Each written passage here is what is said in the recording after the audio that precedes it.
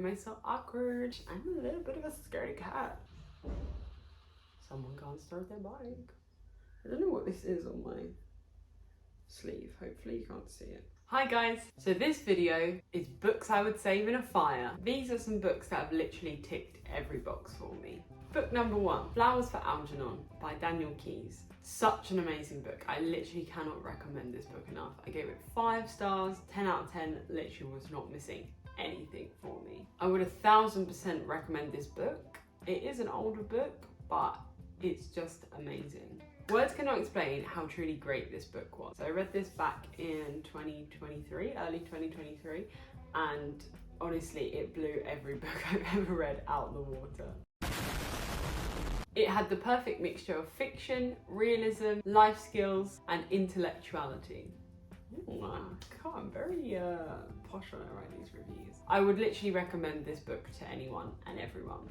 I'm so thankful that my friend recommended this book to me because I don't think I would have ever read it otherwise, and I probably wouldn't have even known it existed. And honestly, without sounding cringy and cliche, it did kind of change me a bit after I read it. We had some tears in there, but I am very emotional, so you might not. Give it a go, see what you think. If I could describe this in a short and sweet sentence, I would say beautiful characters, beautifully written, and a beautiful story. Book number 2. You've probably heard this book so many times before, but it is fantastic. It's The Secret History by Donna Tartt. Again, this book was a 10 out of 10, 5 stars, literally could not think of any way to improve it. It was perfect. It was so perfect. And the main reason why I would pick this book out of everything that's great about it is the way she writes. The descriptions are beautiful. You're there, you can see everything, you can hear everything, feel everything. It's insane. I would 100,000,000% all of that jazz recommend this. You like jazz? So I would say if you're not quite at the stage where you feel ready for big books, work up to it. But this should be one that you should definitely read in your lifetime.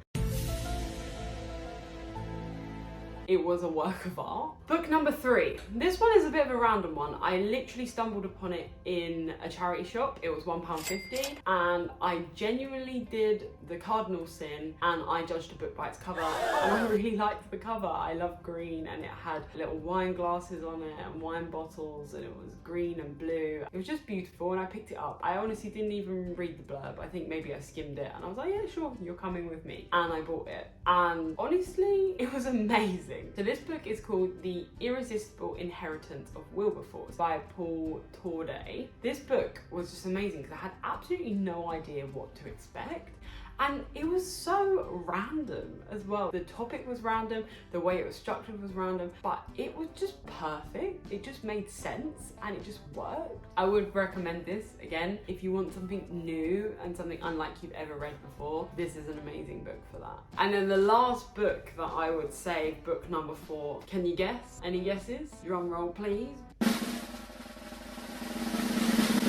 It's Romancing Mr. Bridgerton. I would have to take this as my guilty pleasure romance read. It's amazing. I love it. It just had everything I wanted from it. So I actually gave this a 3 on the spice-ometer. Naughty, naughty. I feel like it could have been a little bit spicier, but they had so much development in their story and I wouldn't change that. So I feel like perhaps it was the best balance. Penelope and Colin are like where it's at for me. I'm very interested to how they will adapt this into the TV show. I know the show and the book are separate anyway. I love that in this book the writing was more intelligent because Penn and Colin are both writers and they love writing, and I feel like that kind of reflected. I think that was really clever. I would recommend to people that like a little bit of spice, a nice romance love story. I really like it and I'm so excited to read the other 4 books. I just haven't had a chance yet because they're at home and I want to read the physical copy, not on my Kindle. But maybe I'll cave, who knows? Got a couple of other exciting series to read first, which I will be making videos about. So stay tuned for that. If I only had time to grab a few, these books would come with me. I think they perfectly capture everything I love about reading. Those are the books I would save. Which books would you save? Let me know in the comments down below. I do really recommend all of these books, so if you get the opportunity, go for it. Thank you so much for watching. I hope you enjoyed this video. Stay tuned to see what we've got coming soon. Don't forget to like and subscribe. See you in the next one. Bye.